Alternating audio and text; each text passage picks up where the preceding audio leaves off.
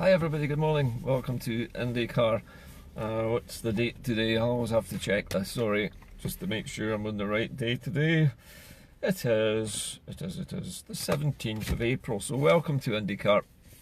And this morning's show, I'm going to look at what's known as blame sharing and the promotion of bigotry, or the promotion of division in societies. Now, why am I talking about blame sharing this morning? Well, those of you who are still unfortunate enough to have to watch British media in the mornings, particularly the BBC's morning breakfast shows, you'll know that BBC Scotland's tiny fraction of the news generated in BBC's breakfast is presented usually by Katrina Shearer or Anne London or one of the BBC's many young women who present the news.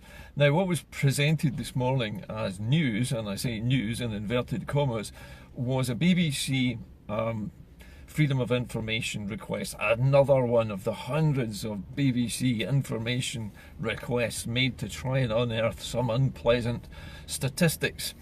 And what they came across the UK was statistics showing that the increasing use of non-disclosure agreements in disputes with university staff who've maybe left under a cloud, or who have had sexual harassment or bullying at work and have either left their jobs, retired, or moved to another university and are forced to sign non-disclosure agreements so that the nature of whatever the problem was never gets out and doesn't damage the university's amazingly brilliant reputation. Now, you might think, okay, that's a problem across the whole UK. Maybe it is, maybe it isn't. The point was that the BBC presented it this morning on their Scottish news as a problem only in Scotland.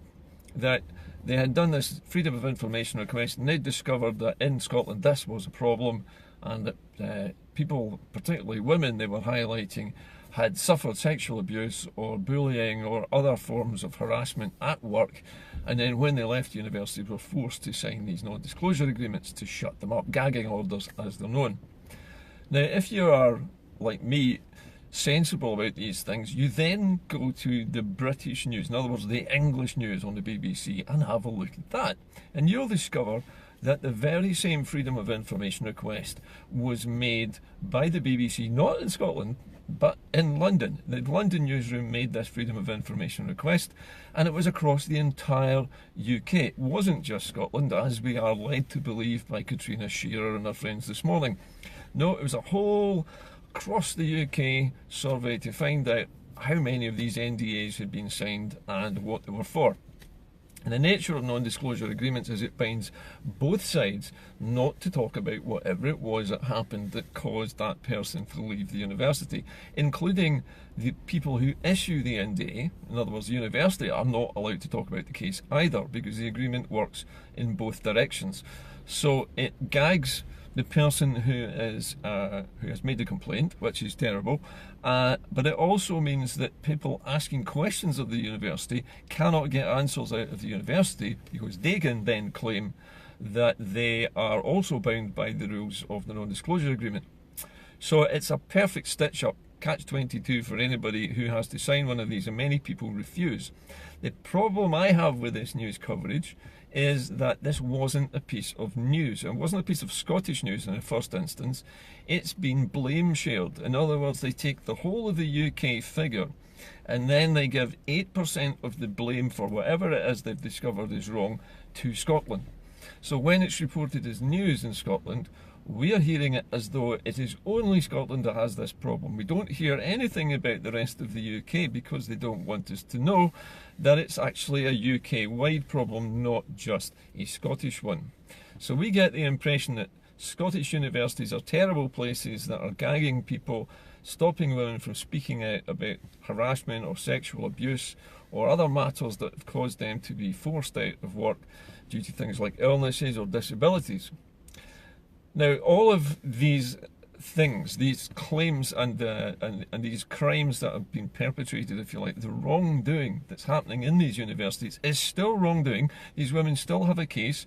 They don't have to sign non-disclosure agreements, and some women have fought against this and have refused to sign them and taken the universities to court, and in one instance won a very large sum of money, over £90,000, in compensation for sexual harassment that was allowed to take place in the workplace. So women do not have to sign these gagging orders, but often feel obliged to do so in order to get compensation and an out-of-court settlement. So that is a problem. I'm not denying that, but it's a UK-wide problem, not just the Scottish one. And this is again where we see blame sharing coming through the BBC to Scotland. Anything that happens in England, we want to share the blame with Scotland, so it seems like Scotland is just as bad. And this is something which the BBC has been guilty of for decades, of taking UK-wide statistics and then sharing the blame for them with Scotland, so that Scotland is involved or made to sound like it's complicit in whatever the wrongdoing is. And this is a tactic that the BBC, as the major state broadcaster and the propagandist for the British establishment, has taken the role of doing, of presenting English news as Scottish news, presenting British problems as a Scottish problem, so that Scots people get one version of the news and English people get a completely different version of the news. I'm not saying that the news isn't happening, nor am I saying that it's not true. I'm just saying that they basically take a bad news story and they divide it so that 8% of it is our fault. Basically, that's how this works. Now, think also about what's happening in football. Now, in football, we know that Labour and Conservative and Lib Dem MSPs at Holyrood overruled the Scottish Government and repealed the sectarian behaviour at football legislation. And this was the law that made it illegal for football fans or people attending football matches to indulge in sectarian chanting, in bigotry, in violence, or any other kind of disorder or behaviour. Now, why on earth would UK parties repeal a law against sectarianism, bigotry and violence? Why would they do that? That goes completely against all logic, except if they want the bigotry and the violence and the disorder to actually happen. They claim it's because the legislation doesn't work or is unworkable. They've not produced any proof of that, and we have seen since the laws were repealed a massive increase in sectarian chanting, in violence, coin throwing, abuse of players, abuse of managers and referees as a result of this. And now the unionist parties, the UK parties, can now turn round and point their fingers at the SNP and say, you've let this happen.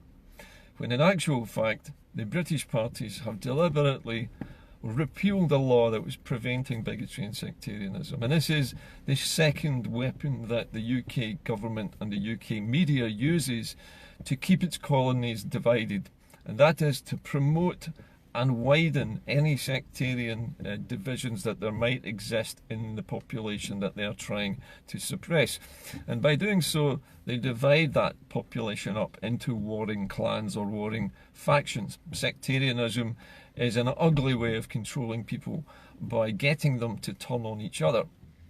And this is exactly what the UK parties have done by forcing the repeal of the sectarian behaviour laws. So what we're looking at again is this constant drip feed of media. Scotland is bad, the SNP is to blame for everything. The unionist parties who sabotaged the laws which were actually stopping sectarianism, they are somehow blameless in this, and they just repealed those laws because they were bad laws. No, they weren't bad laws, they were good laws, they were difficult to make work, but they were having an effect, and now they've been removed. The British parties have basically said to the bigots, it's okay to be bigoted, it's quite alright to go out and abuse people at football games, throw bottles around, engage in violence and stabbings, beat up your wife, get drunk, perfectly okay with the British state. We're happy for you to just get on with that. It is a bigot's charter, and it's a bigot's charter that's been promoted by the British nationalist state. Now, we are often's not the word, we are always told that we are British, that in some way when Britain does something bad, that Scotland is somehow Scotland is responsible for that, because we're in a precious union that we volunteered to be in, and we want to be part of the British state. Ask yourself this question. After the Act of Union in 1707, why did the British government build over 400 garrisons full of English troops all across Scotland? In every town and city in Scotland, there are massive garrisons to this day. Fort William, Fort George, the Glasgow Barracks in Maryhill, big, massive military complexes in every Scottish town and city. Now ask yourself this question. If Scotland was in a voluntary union, which it wanted to be in, it wanted to be British, why was it necessary for thousands of English troops to be stationed in hundreds of garrisons all across Scotland? Why was it necessary for thousands of Scottish Highlanders to be killed? After the Battle of Culloden, they were wiped out, they were hunted down. Those who did survive were basically sent to the colonies, to penal colonies, Australia and beyond, as slaves, effectively as slaves, until the whole of Scotland had been completely battered and subdued by thousands of English troops.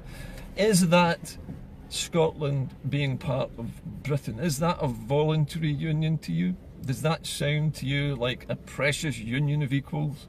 Because it sounds to me like a conquered state that has basically been brutalised into submission by thousands of troops from the neighbouring country. And now we're being told that we are to blame for the faults of the United Kingdom. Faults that were not created by us.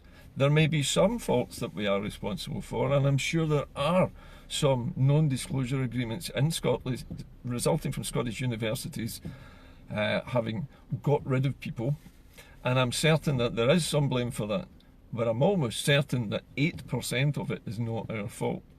And I'm almost certain that if you bother to view the rest of the UK's television output, you will see that the main news story concerns the rest of the UK, that we have been lumped in with it as usual to share 8% of the blame with England, so that we can be made to be part of this crime, to be involved in this. It is a bit like being in a gang where the youngest member is forced to take part in the violence and forced to accept that this is normal. It's not normal. It is definitely not normal for one country to put 400 garrisons in a neighbouring country and call that a union. It's not. So go back to your history books, have a look back through there and go and see just how many British, or should we say English, military installations were placed in Scotland after the rebellions and after 1746, when the Jacobites were finally defeated and were eventually, the Highlands were cleared of all opposition to English rule. Because it was English rule. Let's not bandy words. This was not a British union. This was an English takeover of Scotland, and it was the export of all of their enemies. All of the people who tried to resist them were either killed or deported. That is a genocide. That is an ethnic cleansing in modern terminology. And for anybody who's a student of British or Scottish history to say that it never happened that way is lying. It did happen that way. It's recorded in history. It's just not taught to us. So the message today is, don't accept blame sharing from the BBC. Don't accept that we are complicit in whatever the UK has been up to over the last few years. Just because of a non-disclosure agreement in England does not mean that Scotland's responsible for it. And at the same time, let's not accept that bigotry and sectarianism is okay. And let's not accept that it's all right for UK parties to remove the laws which were stamping it out. British parties in Holyrood are actively trying to promote sectarianism by taking the brakes off it, by releasing it from its box and saying it's okay to be bigoted, we've removed the laws for you. And you know that the UK parties were actually, particularly the Labour Party incidentally, was actively campaigning to have alcohol sold at football matches again. So you add the sectarian freedoms, mix them with lots of alcohol at football matches, and what do you think is going to happen? And then who would be to blame for it? Well, who would the unionist politicians point their fingers at? The SNP. It's your fault. You've let this happen. Okay, we've repealed the laws and everybody's behaving really badly, but that's your fault. It's your fault because you didn't stop us from doing it. Anyway, as you can tell, I'm a bit angry about this morning, and I see it every day on the BBC. Every time you see it, every time you see the BBC trying to share the blame for something that England has done with Scotland, then call it out. Call it out on social media, point it out, put them straight. Anything else that you see on the media that looks wrong, like shrinking the size of Scotland to the size of a peanut on a weather map, for example, point it out.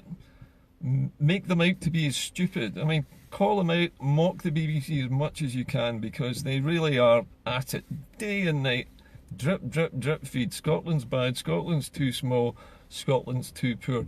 Oh, and by the way, just while we're on the subject of being too poor, we've already been proved to be way, way too rich to be actually any kind of drain on England. Somebody said to me in my feed this morning that England was subsidising us by £15 billion a year. And I was pointing out that we had already sent England over £40 billion of our own taxation, and they had kept it and given us back £30 billion. So we actually made nearly £70 billion a year, and we're only getting 30 back. How can that possibly be us leeching off the UK? They're basically just giving us back pocket money. We all know this anyway. That's about it for today. I just wanted to call out another one of the BBC's dirty tricks, which is basically, as I say, blame sharing. Don't accept it. Call it out when you see it. And the piece of good news I was going to tack on to the end of the show today is the oil price has broken through the $70 a barrel mark. It's now at $72 a barrel. Scotland's oil is now worth more than it has ever been worth in years. It's shot up. The last 8 years, it's gone way past anything that the British government said it would. So much for oil being worthless, so much for it being a burden on Scotland's economy and being too volatile for us to handle. I'll take that volatility any day. $72 a barrel is the kind of volatility that Scotland needs right now. Anyway, I'll see you all tomorrow. Have a great day. Bye for now.